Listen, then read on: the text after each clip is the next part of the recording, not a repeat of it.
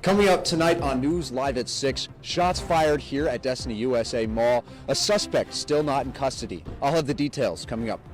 Some families could lose up to $95 per month as the SNAP benefit program comes to a close. This making it harder for over 30 million Americans to put food on the shelf. Again, we've heard this a lot, but specifically looking toward those blue-collar workers, he was saying people could pick up a trade to start their career and work it. This is a 20-year construction project. Heart health experts say it doesn't matter how many stairs like these you climb a day, you still could be susceptible to heart problems like Jason. Adam, Tegan, good evening. Around 4 o'clock this afternoon, shots were fired here on the second floor, right outside the Cinnabon at Destiny USA Mall. Now, it was a single round, and thankfully no one was injured, and there were no reported injuries, as we know. Again, the hype is real.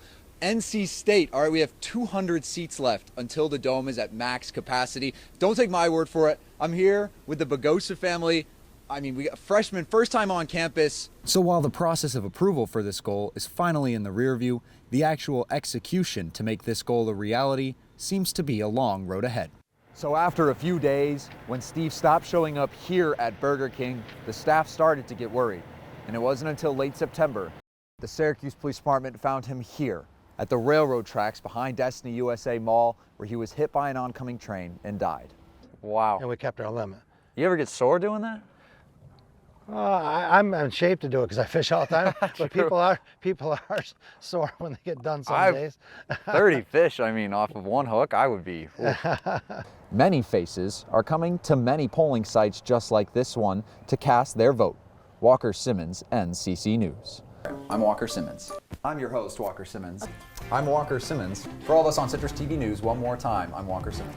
Well, guys, do you like jazz? Because if you asked the people at the Green Gate Pub last night, the answer would be a definite yes. Cue the drums. Bass, saxophone, and the trumpet. And when put together, you'll have jazz in the burbs. A local jazz concert held here at Green Gate Inn, a small pub in Camillus, New York, and since the start 5 years ago, it's becoming a hit. Curator of the event, David Casper, says it's the community that's making it so great. These people stay. They come about an hour early and they'll stay all the way through to the end. So it's kind of the way it's set up, and I've been really happy. I've got a lot of great regulars who really want to be here, enjoy the music, and are very supportive of the musicians. And don't just take Casper's word for it, take it from a regular, David Tiffany, who's been coming to the pub for 30 years, and he says the inclusion of jazz in the burbs has only heightened his experience. We're much more regular. We have this table every week all winter. Tonight, the local jazz band Electrolyte not only filled the room with unique sounds, but also the cheers of locals and newcomers. Trumpeter Paul Merrill says his love for jazz all started because of the instrument he's playing tonight. My brother was a trumpet player, but he quit. So there's a trumpet player in my closet. I just started picking it up. And Merrill's trumpet isn't the only thing that fills the room tonight. The community's love of jazz echoes throughout the pub tonight, brought by Electrolyte's debut at Jazz in the Burbs. Well, after going to the concert myself, I think I have to say I'm kind of picking up the trumpet as a side hobby. Guys, what do you think?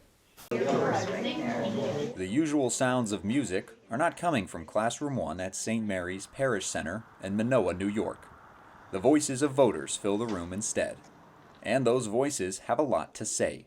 Even the timid have an opinion to give. How do you feel coming here and doing this? It's fun. It's fun? Yeah.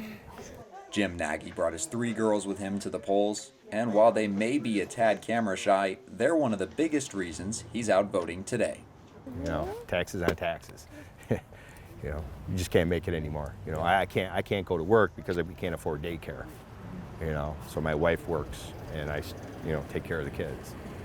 While some are pushing their reason to vote around in a stroller, others, like the Buchanans, say they're voting to see a change in their Congress's representative.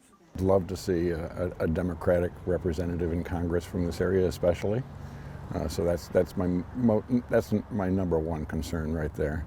While the Buchanans hope to see a shift towards blue in Congress, they say everyone should vote. because this decision should be made by the ones it impacts. Everybody needs to have a choice. You don't want other people picking out your groceries, picking out your clothes.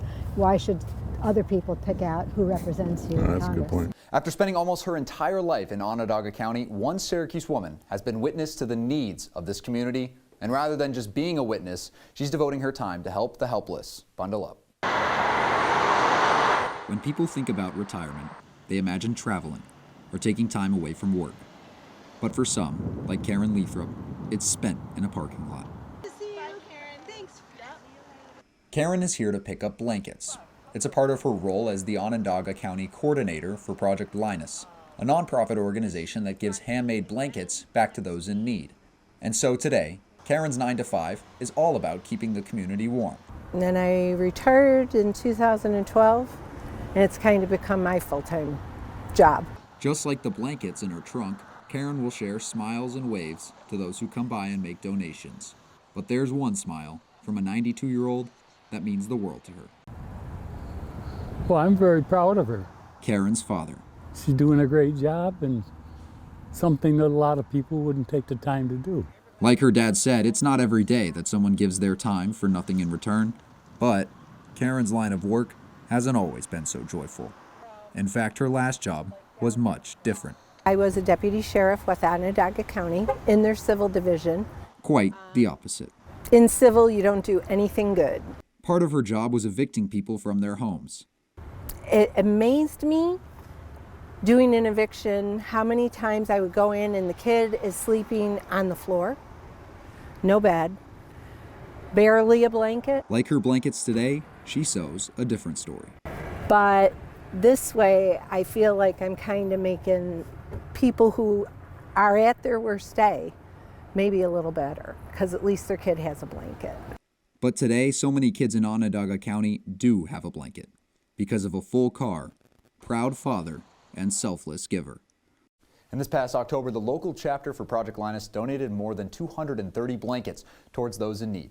And you can follow the link below for more information on how to get involved.